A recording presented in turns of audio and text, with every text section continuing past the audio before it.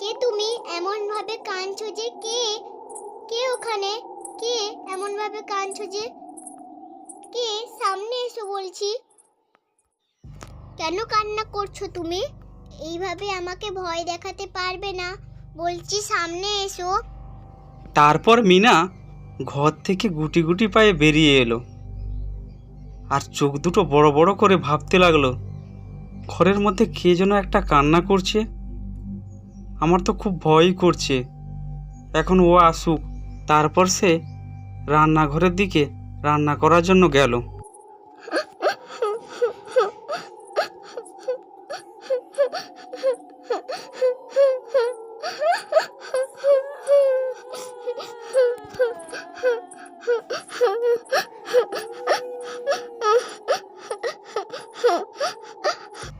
আচ্ছা দিদিমা, একটা কথা বলো তো, আমাদের ঘরে রোজ একটা কান্না শোনা যায়, আমার তো খুব ভয়ই লাগে।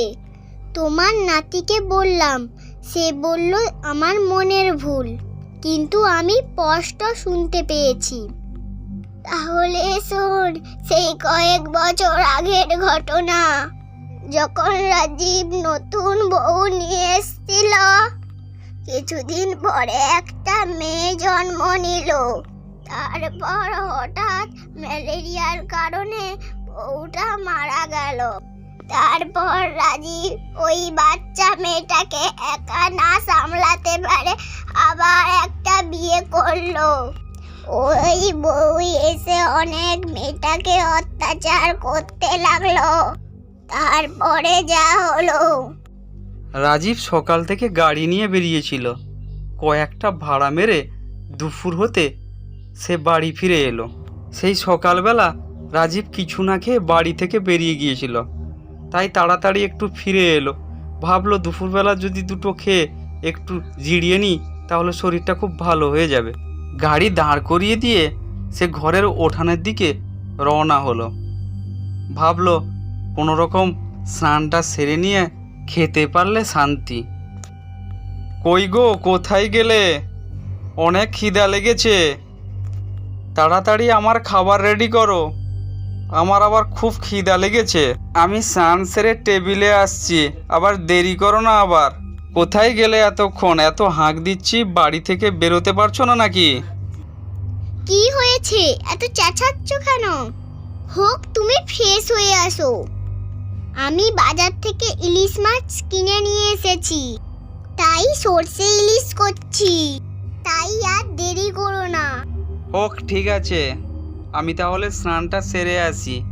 ভালোই হলো ইলিশ মাছ নিয়ে এসছো, সেই কতদিন আগে ইলিশ মাছ খেয়েছিলাম। আজ তাহলে বাপ বেটি তিনজন মিলে ইলিশ দিয়ে কবজি ডুবিয়ে ভাত খাবো। আসছি আমি তাহলে। কই গো, কোথায় গেলে? আর কতক্ষণ টেবিলে বসে থাকবো? এতক্ষণ কি ইলিশ মাছ রান্না হয়নি নাকি?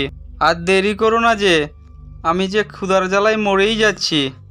যা হয়েছে সেটাই দিয়ে যাও, একটু খেয়ে খিদেটা মিটাই, তাতে শান্তি পাবো আমি। আমার হয়েছে পোড়া কপাল, রান্না করা, বাসন মাজা, এদিকে আবার পরের মেয়েকে সামলানো। কেন যে সে তার মেয়েটাকে সঙ্গে নিয়ে গেল না, এখন আমাকে জ্বালিয়ে পুড়ে মারছে। আজ ওই মেয়েকে ইলিশ মাছ দেব না, সাদা ভাত খাওয়াবো। মা মা, আমাকে একটা ইলিশ মাছ দাও না, আমার বড় ইলিশ খেতে ভালো লাগে। অনেকদিন হলো একটা ইলিশ খাইনি মা, সেই কতদিন আগে বাবা নিয়ে এসেছিল, তাই আজ একটু পেট ভরে খাবো।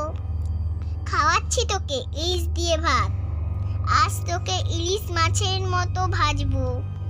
এখন তোর বড় ইলিশ খাবার স্বাদ জেগেছে না? খাওয়াচ্ছি, দাঁড়া, আগে দেখি তোর বাবা কোথায় গেল। তারপর রাজীব কোথায় গেছে সেটা দেখার জন্য সে ঘর থেকে বেরিয়ে এলো। সে ঘরের থেকে বেরিয়ে দেখলো যে রাজীব খাওয়ার টেবিলে বসে আছে, তাই সেই এই সুযোগে ভাবলো যে মেয়েটাকে সে মাছ ভাজার মতো ভাজবে। সে আবার ফিরে আসলো। আমাকে একটা ইলিশ মাছ দাও না মা। তারপর তার মা রাজীবকে দেখে আবার সে রান্নাঘরে ফিরে এলো, তারপরে তাকে ইলিশ মাছ খাওয়াবে বলে। এই নে তোকে ইলিশ খাওয়াচ্ছি, মর তোকে জনমের মতন ইলিশ খাইয়ে দিলাম। আর কোনোদিন ইলিশ খাওয়ার কথা বলবি? তাই তোকে ইলিশ খাওয়ালাম, এবার আমি শান্তিতে থাকতে পারবো। এ কি করলে তুমি?